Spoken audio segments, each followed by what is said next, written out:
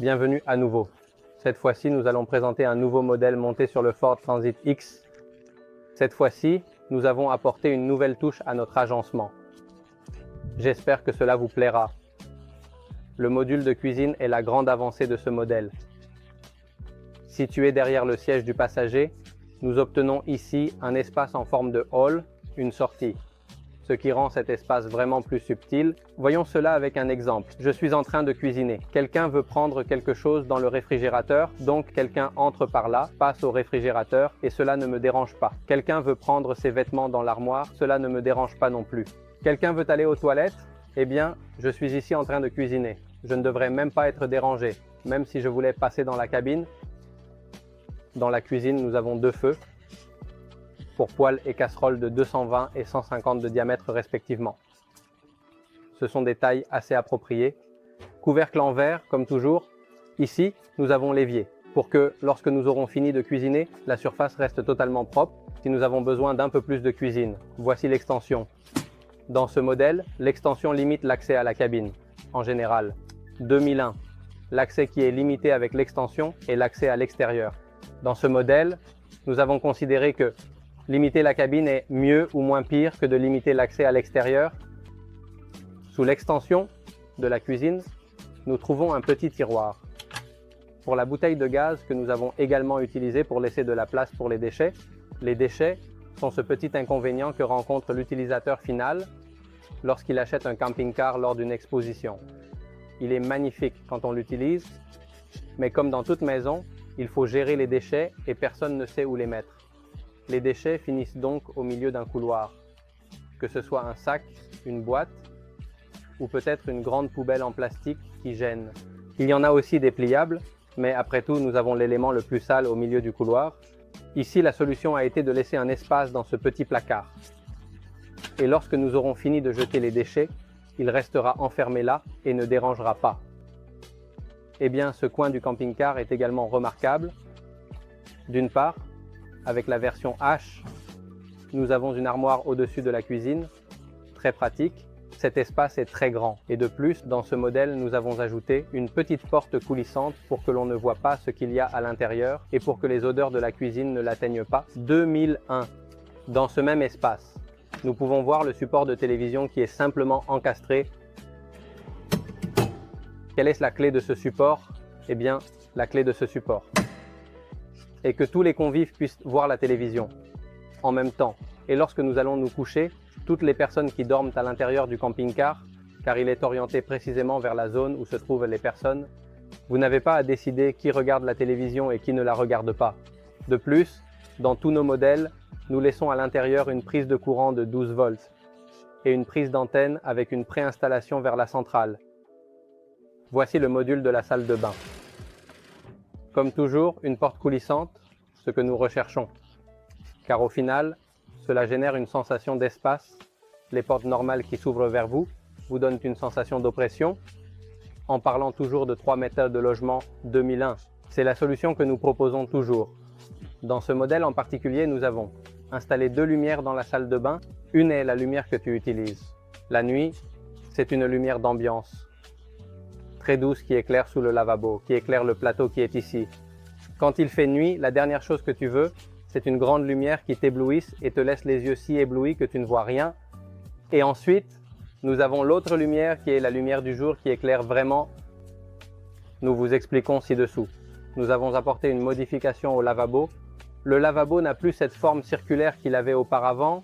Nous avons fait une découpe et maintenant il a une forme triangulaire, cherchant une image un peu plus esthétique d'une part et d'autre part la fonctionnalité lorsque vous êtes sous la douche. En général, c'est la zone qui frôle la hanche. 2001 et c'est la zone qui rend la douche inconfortable. Chaque fois que tu te tournes avec un lavabo en forme circulaire, il te heurte continuellement. Avec ce lavabo, en réduisant l'espace, tu ne te heurtes plus. Et si tu te heurtes, tu ne restes pas coincé, car cela a toujours une sortie vers l'arrière. De plus, dans le lavabo, nous avons inclus un petit verre pour pouvoir avoir les brosses à dents et le porte-savon, toujours pour avoir tout à portée de main. En cherchant ce dont nous parlons, nous avons toujours 3 mètres. Tout doit être accessible. Si tu dois te pencher, chercher et ainsi de suite, tu finis par créer des inconforts qui ne sont pas nécessaires. À l'arrière, nous avons le module du petit meuble. C'est un meuble avec de petites portes où l'on peut ranger ses savons et autres, et il est situé à une hauteur parfaite pour être accessible sans avoir à se pencher, ce qui est confortable. Et de plus, lorsque vous êtes assis sur la toilette, il ne vous dérange pas car il ne touche pas votre cou ni rien. On a étudié en détail pour qu'il soit le plus ergonomique possible. La toilette est chimique et l'accès se fait depuis l'intérieur.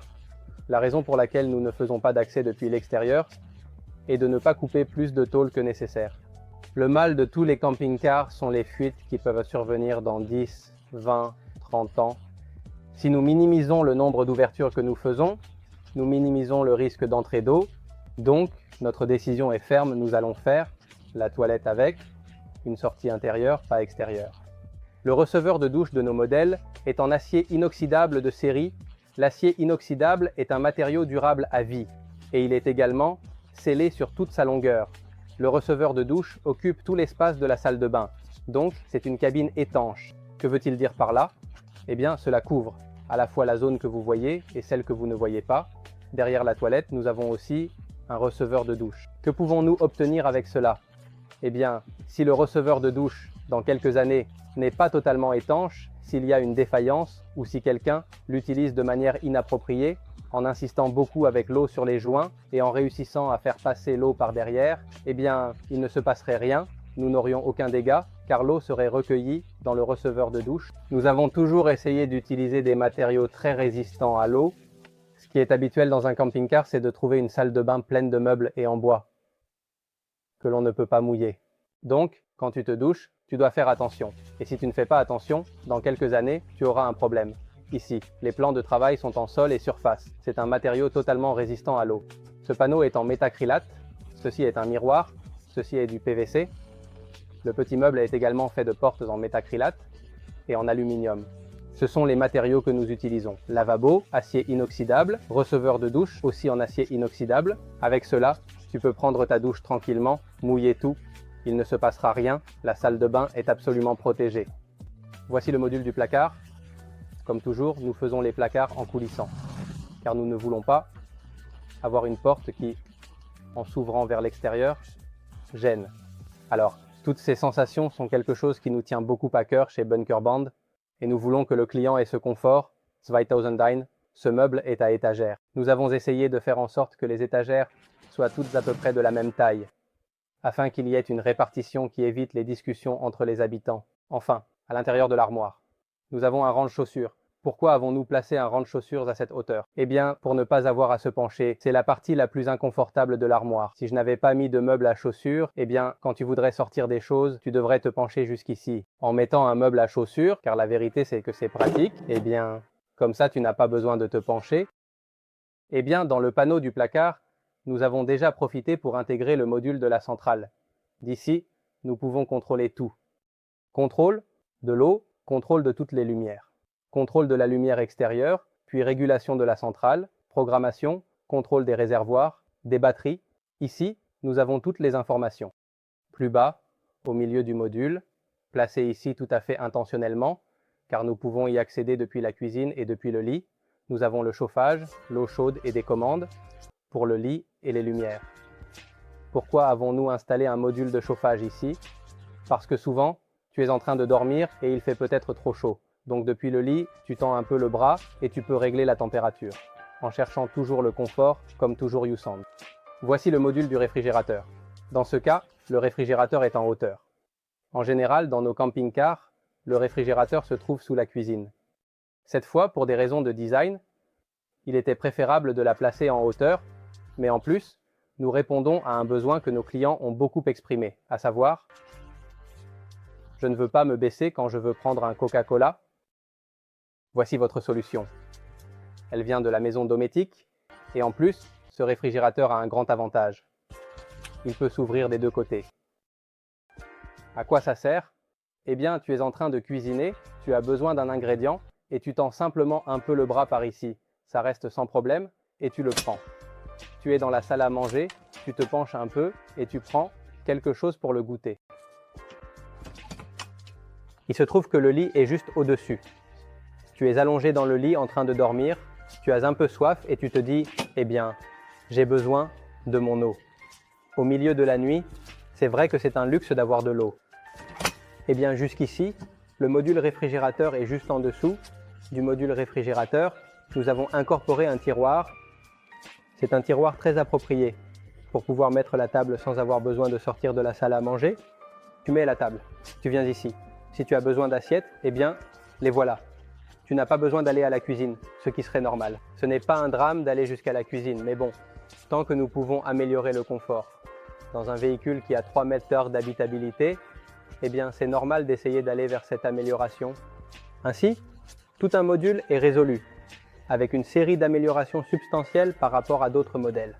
Depuis l'armoire, nous avons accès aux appareils d'eau chaude et de chauffage. Ils sont placés de telle manière que depuis le lit, tu peux régler le chauffage, sans avoir besoin de descendre. Qu'est-ce qui est intéressant dans le chauffage? C'est qu'une configuration a été recherchée pour distribuer la chaleur uniformément dans le camping-car. Vous avez une sortie ici, 2001, une autre là, ce qui permet d'évacuer l'air par là-bas, une autre dans la salle de bain, et ensuite le retour est placé dans le coffre pour que l'air ait cette circulation et soit enveloppant. L'eau chaude est très intéressante. C'est un système également au gasoil. Les deux systèmes sont au gasoil. C'est un système au gasoil qui n'est plus si courant d'avoir des systèmes d'eau chaude au gasoil. Et c'est un système que nous avons conçu exclusivement. Capable de chauffer l'eau en seulement 5 minutes, ce système ne possède pas de chauffe-eau, il n'accumule pas d'eau nulle part, il chauffe de manière directe, tout comme la chaudière dans une maison. Alors tu allumes. Pendant 5 minutes, tu as de l'eau chaude et tu peux ouvrir le robinet et utiliser les 125 litres d'eau. Tu peux les utiliser directement chauds. Eh bien, parlons des lits en commençant par le lit supérieur. Le lit supérieur dans ce modèle a été conçu pour être un lit en longueur. Quelles en sont les raisons? Eh bien, l'un des principaux motifs est que ce fourgon, comme nous en avons parlé, au début est plus étroit que le Fiat Ducato. Mettre un lit en largeur signifie limiter les hauteurs du client final. Cependant, le lit en longueur, vraiment les dimensions que tu veux donner aux espaces d'intérieur, tu peux jouer avec ça. Quels autres avantages a le lit en longueur? Le principal avantage est que lorsque deux personnes dorment, si l'une veut descendre, elle ne dérange pas l'autre. Ici, tu as une personne qui veut descendre, elle descend par ici. Tu as une autre personne qui veut descendre, elle descend par ici. En revanche, quand nous dormons en largeur, la personne qui est derrière et qui veut descendre doit sauter par-dessus celle qui est devant, ce qui est très inconfortable. Une autre des avantages est que nous pouvons obtenir des largeurs de 1,45 m pour ce lit et des longueurs de 1,85 m, 1,45 m à l'intérieur d'un camping-car de type camper. C'est un lit assez spacieux. Sachant que nous avons également de l'espace sur les côtés pour nous étirer comme bon nous semble. Nous ne sommes pas coincés entre deux murs. Ensuite, un des détails importants de ce lit est que nous l'avons conçu jusqu'aux derniers espaces des portes, l'encastrement des pièces en fibre qui se trouvent sur les portes arrière. Le lit s'intègre à l'intérieur pour pouvoir ainsi maximiser l'espace. Chaque millimètre compte ici. Sous le lit principal, nous avons la salle à manger, et la salle à manger se transforme en un autre lit secondaire. Ce lit sera utile lorsque nous aurons le modèle de 4 places. En ce moment, c'est un lit que vous pouvez également utiliser, mais en réalité, l'utilité principale est que 4 personnes peuvent dormir. 2001, 2 en haut, 2 en bas. En faisant ce lit, nous obtenons avec les coussins latéraux un lit de 1,30 pour 180. Ce n'est pas mal pour un lit inférieur qui est généralement destiné aux enfants et autres. Dans ce cas, ce lit est disposé de manière transversale, car nous avons laissé derrière la salle à manger, de l'espace pour un coffre. Dans ce modèle, nous avons réussi à avoir un lit en longueur, un lit en largeur et un coffre. Nous essayons d'avoir tout. Dans cette zone, nous avons trouvé le coffre. Dans ce modèle, en plus du lit en longueur, nous avons décidé de placer la salle à manger un peu plus en avant, ce qui nous laisse un coffre à mi-hauteur. Nous pouvons le remplir jusqu'à la hauteur de la tête de lit. Nous avons une étagère de séparation. Avec l'étagère de séparation, nous pouvons transporter des affaires de manière indépendante, sans déranger les convives. L'étagère est amovible pour une raison principale. Il y a des fois où vous devez transporter quelque chose de particulièrement grand, comme une planche de surf. Eh bien, il faudrait voir quelle taille ils ont, ce que cela occupe. Peut-être que depuis cette zone, cela arrive jusqu'ici. Si nous avions fait une étagère fixe, cette planche serait impossible à transporter. Maintenant, tu pourrais la transporter ici, est la seule chose qui te limiterait pour descendre le lit. Tu sais que tu ne peux pas dormir jusqu'à ce que le lit arrive ici. Tu dois le laisser un peu plus haut. Vous avez la possibilité, il y a deux zones. Une zone derrière la salle à manger jusqu'à l'arrière, qui se connecte à la zone des coffres pour pouvoir transporter de grands objets, des skis, des planches à neige, etc. sans problème. D'autres choses importantes que nous avons, les portes de la Ford Transit ont une caractéristique principale. Elles ne sont pas droites, elles se courbent vers l'intérieur. Avec cela, ce que tu obtiens, c'est que tu vois un coffre jusqu'ici, mais en réalité, le coffre a environ 15 cm de plus que ce que tu peux voir ici à la fin. Dans le coffre, nous trouvons également un accessoire qui ne passe pas inaperçu, c'est ce tiroir. Ce tiroir est l'entrée d'air du chauffage. Pourquoi est-il situé là? Parce que les sorties de chauffage sont toutes orientées vers la zone intérieure. Mais cette zone peut courir le risque d'être une zone froide du camping-car. Si tu introduis l'air par cette zone, ce que tu vas faire, c'est que la chaleur sorte par là, retourne par la salle à manger et s'introduise par l'arrière. Alors nous avons réussi à équilibrer un peu la température dans toute la caravane et à la rendre beaucoup plus confortable. Un des derniers changements que nous avons apportés à toute notre gamme est l'inclusion de fenêtres en verre. Les fenêtres en verre sont beaucoup plus durables au fil des ans. Ce sont des fenêtres qui, peu importe si vous les nettoyez avec des produits de type KH, ne jauniront jamais, ce qui est quelque chose d'un peu typique dans le secteur du caravaning. Et nous avons toujours la philosophie que je construis un camping-car. Et je veux le revoir dans 10 ans dans les mêmes conditions. Elles sont très similaires au jour où je les ai fabriquées. C'est une grande contribution pour que cela se produise. De plus, ces fenêtres sont en double vitrage avec 2 couches. Avec 2 couches, nous obtenons une isolation acoustique et thermique supérieure à celle de n'importe quelle autre. Ensuite, j'aimerais faire avec vous une mesure des décibels du camping-car lorsque tout est fermé et lorsque tout est ouvert. Il y a une différence abyssale. Que avons-nous d'autre à la fenêtre? À la fenêtre, nous avons, comme toujours, un moustiquaire d'un côté et un rideau occultant de l'autre. Vous pouvez les placer à la hauteur que vous souhaitez. C'est un accessoire que presque tous les camping-cars possèdent. Le seul inconvénient de ces fenêtres est qu'elles pèsent un peu plus. C'est quelque chose à prendre en compte, mais c'est là que se trouve l'ingénierie Bunker Band. Pour le poids que nous avons gagné d'un côté, nous allons chercher comment le réduire de l'autre. Une autre chose importante à propos de ces fenêtres est qu'elles ont une fermeture cachée. Les fenêtres coulissantes sont l'un de nos choix, pour plusieurs raisons. La raison numéro 1 est qu'ils préviennent les vols. Il est beaucoup plus difficile d'entrer par une fenêtre qui ouvre cet espace que par une fenêtre qui ouvre tout l'espace. Ici, la fermeture à ce point prend également de l'importance, car il est très difficile que quelqu'un sache comment ouvrir ces fenêtres. Eh bien, c'est l'une des raisons, car en vérité, avec ces fenêtres, nous le couvrons largement. Ensuite, une autre des raisons pour lesquelles nous utilisons toujours des fenêtres coulissantes est que je suis avec la fenêtre ouverte et dans ce cas, je n'ouvre pas plus que ce que le véhicule ouvrirait avec ses propres dimensions. Donc, selon les pays, je ne suis pas en train de camper en ce moment car le véhicule occupe la même place que lorsqu'il a les fenêtres fermées, mais l'air entre, c'est l'une des caractéristiques. Une autre des caractéristiques est que vous pouvez laisser les fenêtres ouvertes pendant le voyage, ce qui est un avantage considérable. De plus, cela ne prend pas de place à l'extérieur. Cela signifie que tu es garé sur un trottoir avec ta fenêtre ouverte et que tu ne peux pas heurter une personne avec une fenêtre qui dépasse vers l'extérieur. Car normalement, lorsque tu te garais à côté d'un trottoir, les fenêtres qui s'ouvrent vers l'extérieur peuvent, si quelqu'un est distrait avec son téléphone, ce qui est très courant, se heurter à ta fenêtre. Ainsi, nous ne dérangeons pas. C'est l'une des philosophies, ne pas déranger.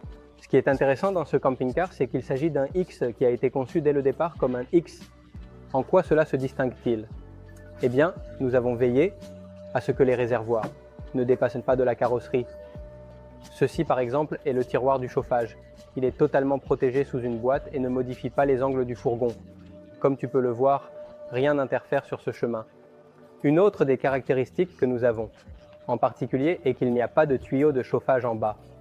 C'est quelque chose de très courant de trouver un chauffage situé plus ou moins dans cette zone. Eh bien, ils sont généralement situés en bas, un tube de chauffage qui parcourt tous les bas de la fourgonnette pour atteindre ces différentes destinations. C'est beaucoup plus facile à fabriquer, mais il y a un problème. Ce tube de chauffage à l'extérieur se casse Une autre chose importante est le réservoir des eaux grises. Comme nous le voyons ici, il ne dépasse pas non plus de la carrosserie, ce qui signifie que nous ne perdons pas d'angle ventral. Nous maintenons l'angle ventral depuis les roues jusqu'au centre. Nous gardons l'angle à la perfection. En fait, le réservoir de carburant dépasse plus que notre propre réservoir Ygre. L'un des avantages, comme vous le verrez, les drains ne sont pas visibles par en dessous non plus. Le tuyau de drainage est un autre tuyau qui, étant en dessous, peut être écrasé par n'importe quelle pierre. Nos évacuations circulent à l'intérieur et entrent directement dans le réservoir, ce qui signifie que vous ne verrez aucun évier nulle part. C'est super important parce qu'en plus de ne pas pouvoir casser les évacuations car elles ne sont pas exposées, elles ne peuvent pas non plus geler parce qu'à l'intérieur, tu allumes le chauffage et l'évacuation est à température. Celle-ci ne peut pas geler. Le problème survient lorsque le drainage circule à l'extérieur, c'est là qu'il peut geler, ce qui est un grand mal lorsque nous montons dans des stations de neige. Nous montons dans des stations de ski et les gens disent « J'ai besoin de ce réservoir pour qu'il ne gèle pas ». Non, le problème n'est pas qu'un réservoir gèle. Si dégeler un réservoir d'eau est relativement simple, il suffit de mettre du sel dans le drain, d'ouvrir un peu le robinet, et dès que vous avez un certain niveau d'eau salée, cette eau sera plus difficile à geler. Le problème vient des drains, car un petit morceau de tuyau que nous avons à l'extérieur gèle, et une fois gelé, il n'y a aucun moyen de le dégeler, parce que tu peux mettre 10 résistances ici et dépenser de l'électricité. Pour toujours, mais cela ne résout pas le problème d'un petit morceau de drainage qui bloque l'entrée de l'eau.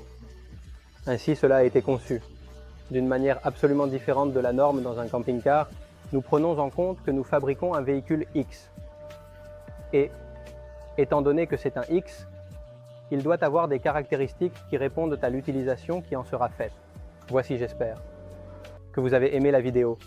Encore une fois, merci beaucoup d'avoir été avec nous. Bon voyage!